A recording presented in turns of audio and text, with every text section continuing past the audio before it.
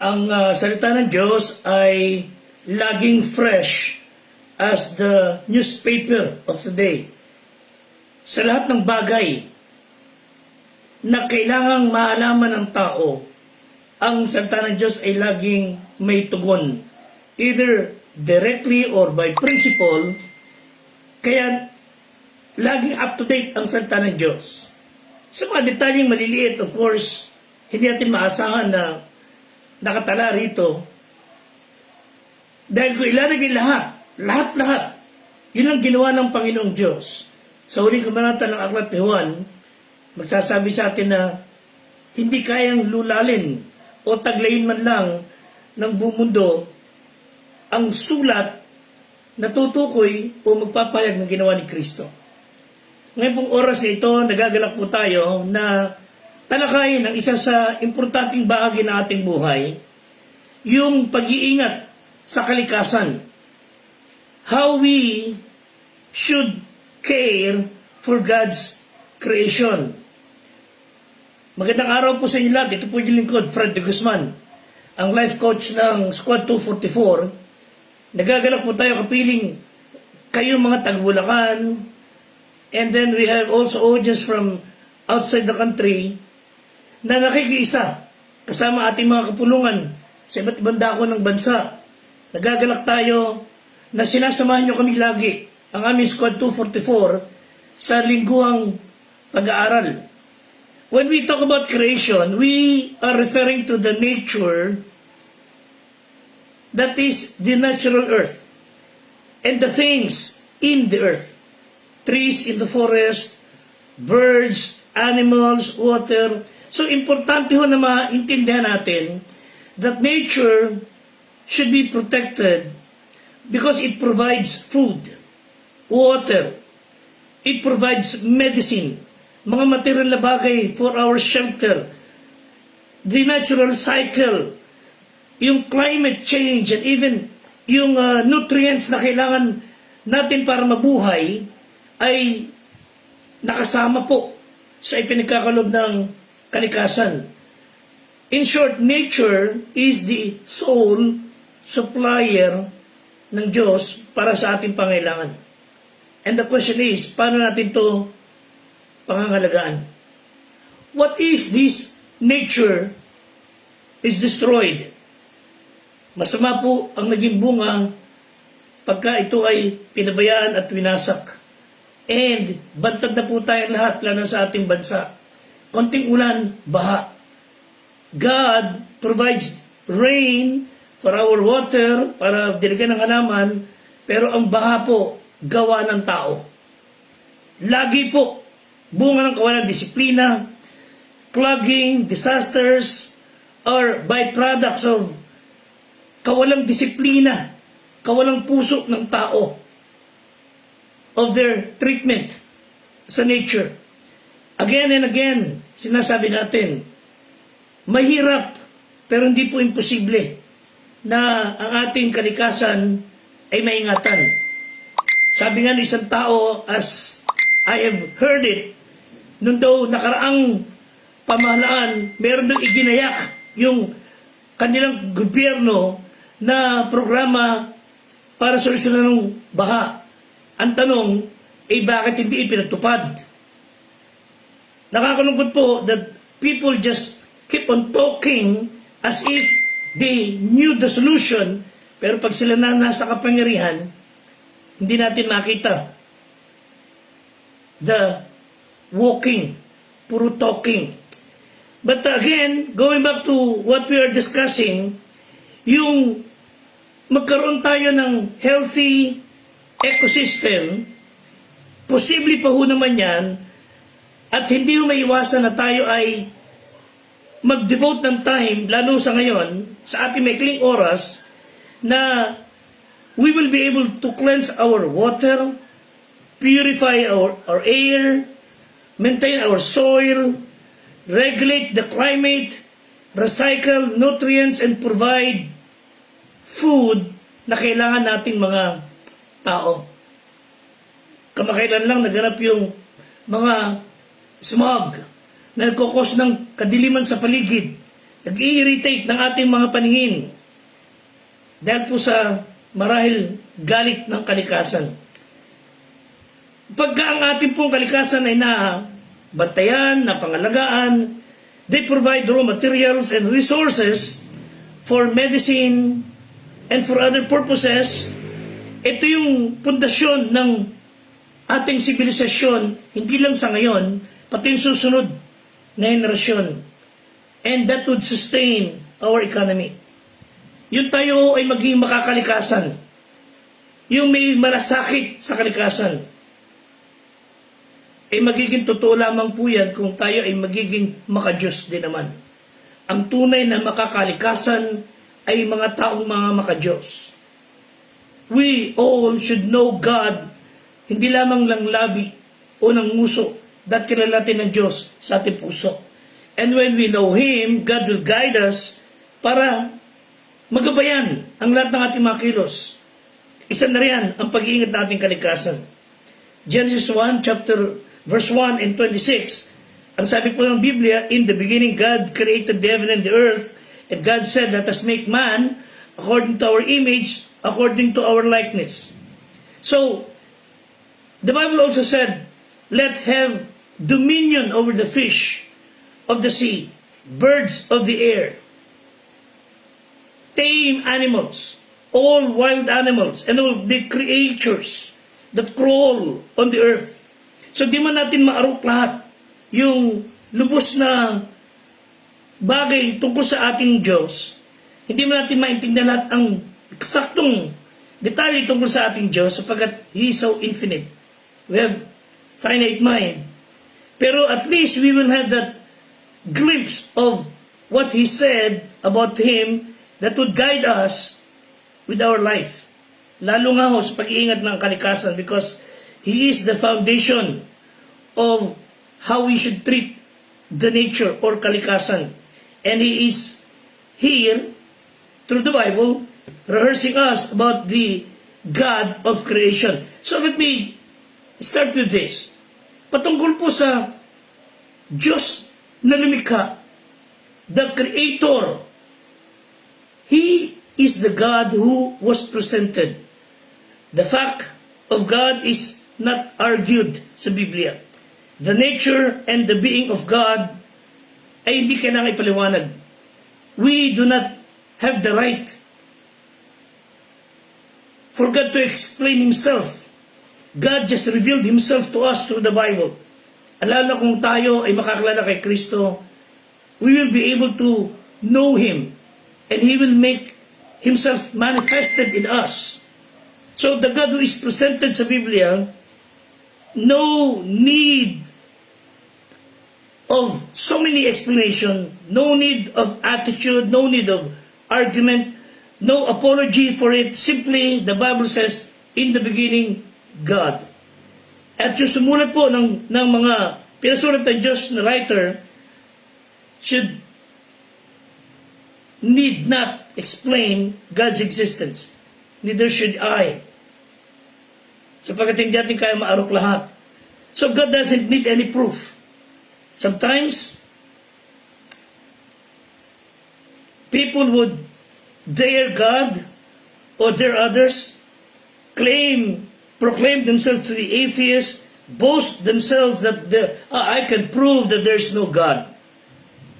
I can prove na walang Diyos. Alam niyo, yung mga ganyan salita, panis na huyan. Wala na hong nakikinig dyan sa ganyang argumento na parang sa mga kamote rider na hindi na ho pinapansin niyang ganyan.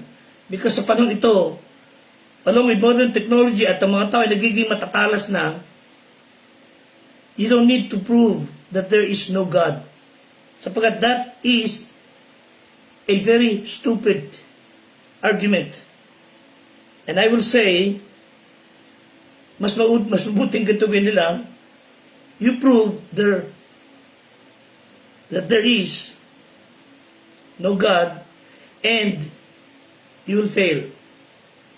Well, anyway, may mga tao, once I heard the story of a very boastful person sa isang plaza, and he was, trying to convince people na walang Diyos, walang creator, no God.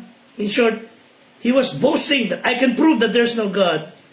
And one of the audience said, isang matanda na Kristiyano, napuno na siya sa paglapastangan niya sa Diyos. He approached the bench and he said, sinasabi mo na kaya mong patunayan na walang Diyos? Yes, I can prove them to you. I can prove that to you, walang Diyos. So tumuyo siya sa mikropono at sinabi niya, mga kaibigan, this person is trying to prove sa isang bagay na wala. You mean you are trying to prove na ang isang bagay na wala?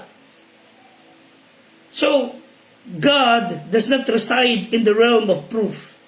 So to try to prove God by physical or material things, to try to prove na merong Diyos is like you tear up a grand piano and try to look for hallelujah chorus. Impossible. You just do not prove God, or you just cannot disprove God. You better believe God or else magdudusa tayo. So if a man doesn't believe in God, hindi sa niniwala na mayroong Diyos, it is because he has chosen not to believe. Siya ang magdudusa. Siya ay mapapahamak.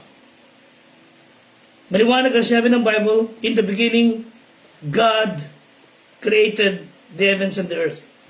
The God who was presented. Secondly, the God who is powerful. Makapangyarihan sa lahat. God said, the Bible says God created. It speaks of something only God can do. Walang makagagawa, siya lang. Making something out of nothing. Kaya nga pinakwento ko sa inyo, yung nabasa ko noon dati na sabi ng isang tao, patutunayan ko sa iyo, Diyos, na kaya kong gumawa rin ng tao. Patutunayan ko sa iyo na kaya kong lumikha rin ng tao tulad mo. Then sabi daw ng Diyos, kwento nung nabasa ko, o sige, gumawa ka ng tao. And then he started to roll up his sleeves and then dumampot siya ng lupa. At sabi ng Diyos sa kanya, o teka muna, ano ginagawa mo? Gagawa ako ng tao. At sabi ng Diyos, ano ginagawa mo? Kumukuha ako ng lupa. O teka muna, gumawa ka ng sarili mong lupa. Lupa ako yan. Ako may gawa niyan. So may mga tao, sa kakitiran ng kanyang pag-iisip, andun ang pagmamayakmang, pagmamalaki. And they thought, they're smart enough. God is powerful. Nakamamangha po ang gawa ng Diyos sa ating buhay. And then, isa po sa napaka-importante. You see, listen to this. Our body is composed of or made out of 300 billion cells. Yung ating katawan. And the known universe is more than 10 billion light years across. Hindi pa rin nadidiscovery ang ilan sa sobrang laki ng nilikha ng Diyos. The complexity, the vastness overwhelms the mind ng mga nagsasaliksik, and yet God spoke and it was so. He made it all out of nothing because He is God. So, if you will just watch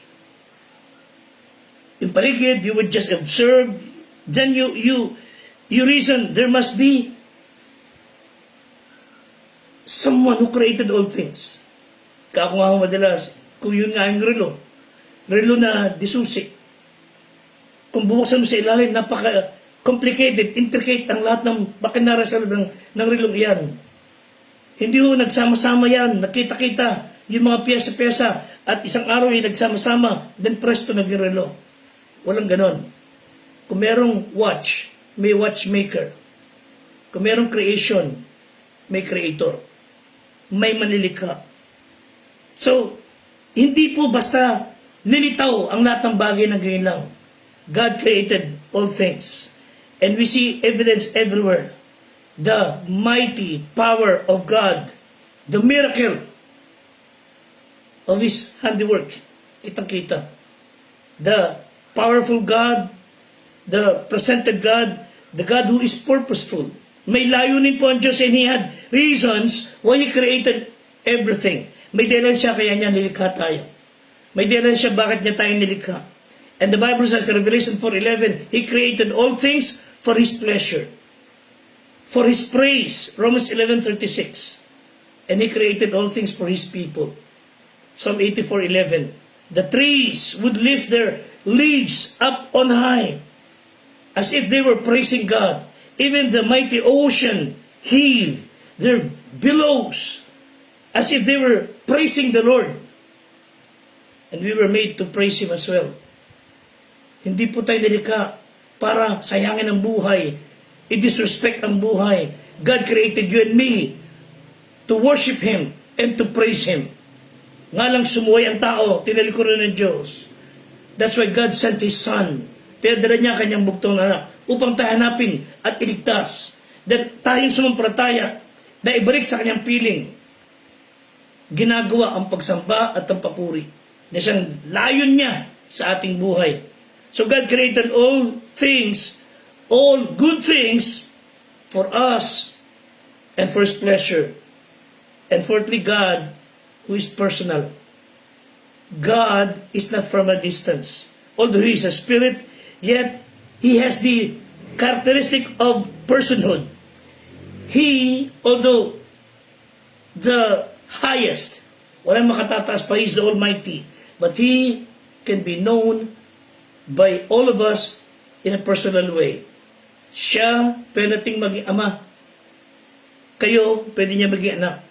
Kung sasampalatayanan lamang natin siya sa ating puso.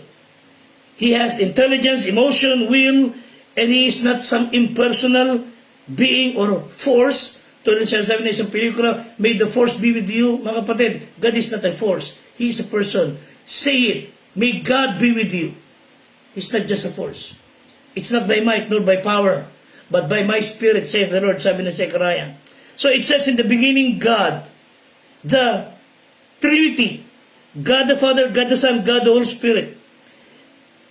Powerful, full of strength, almighty, unlimited power. Ang Diyos na walang imposible sa Kanya will always keep His word and keep us safe. Itong personal na Diyos na ito is a faithful, the faithful Creator. Tulad na sinabi sa 1 Peter 4:19, siyang matapat na manlalalang. And He has chosen to reveal Himself, giving every one of us an innate awareness. Yun po sinabi sa Romans 1:19 and 20. So God wants to reveal Himself to us, and through the Bible, through the preaching, through life coaches, we are telling you, you can know God in a personal way. By asking His forgiveness, repenting of your sin, and trusting Him as your Savior. Si Kristo po naparito to reveal the Father to us, John 1:14. Hindi niya nalikha ang lahat, and then iniwan ito. Hindi kagaya ng isang tao na hinahanap ngayon, who claim to be the owner of the universe, ngayon nagtatago.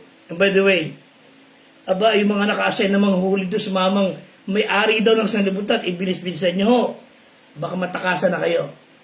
Yung pong isang mayor di umano, nakalayas na. Nakalulungkot to.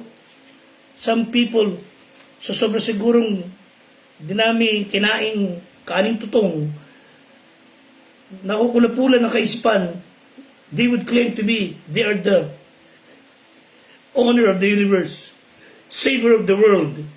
Ngayon nagtatago. Nakalulungkot po na ang relihiyon ay ginagamit ho ng diablo para dayain ng tao. Let's put it plain and simple.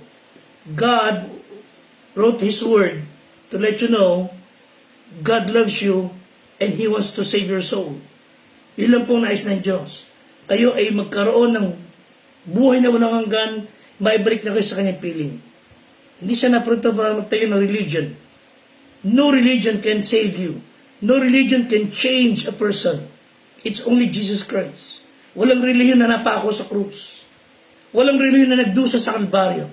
Si Kristo Jesus, yung Diyos na nagkatawang tao, ang ipinahayag ng Biblia. Siya po ang tagapagligtas. Hindi po ang religion. Si Kristo na parito to seek and to save that which was lost. Luke 19:10. And He made everything. He looked after it with a purpose, and He's going to watch over it. And He takes care of His creation. Wala pong iwanan. Hindi po niya tayo iniiwan. Ang lumalayo lamang po ay ang tao. So how do we care for God's creation? To help protect our nature, 3R. Reduce, reuse, recycle. Cut down on what we throw away. Huwag pa na itapon. Huwag sumusunog ng plastic na siyang nagbabara, karagatan, pusali, nakakain ng mga hayop sa karagatan, pinipinsala ang maraming buhay.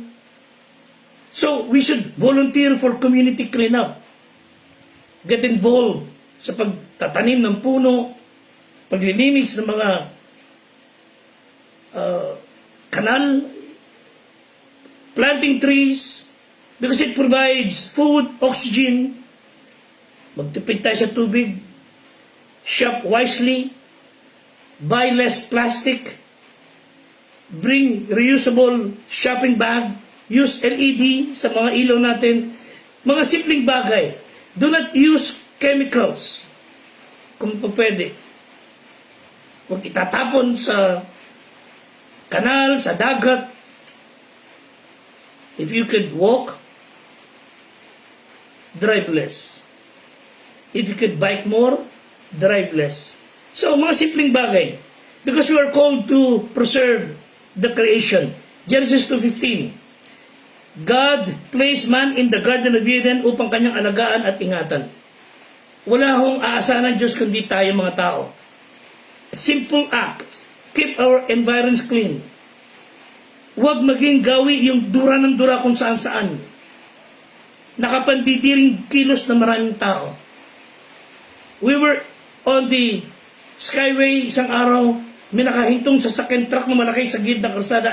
We thought si Ryan, yung pala merong isang aso, tao na dun umiihi sa gulong. Nakalulungkot to. Mga tao na walang modo, walang disiplina. Magpaparada, nakabalagbag, pipick up ng pasahero, hihito sa gitna. Maninigaryo, tatapon kung saan-saan. Magpapaputok ng kanyang mga motor, nakakabala sa mga taong nananahimik. Walang respeto, walang paggalang sa buhay. Pinagbalatan ng candy, itatapon.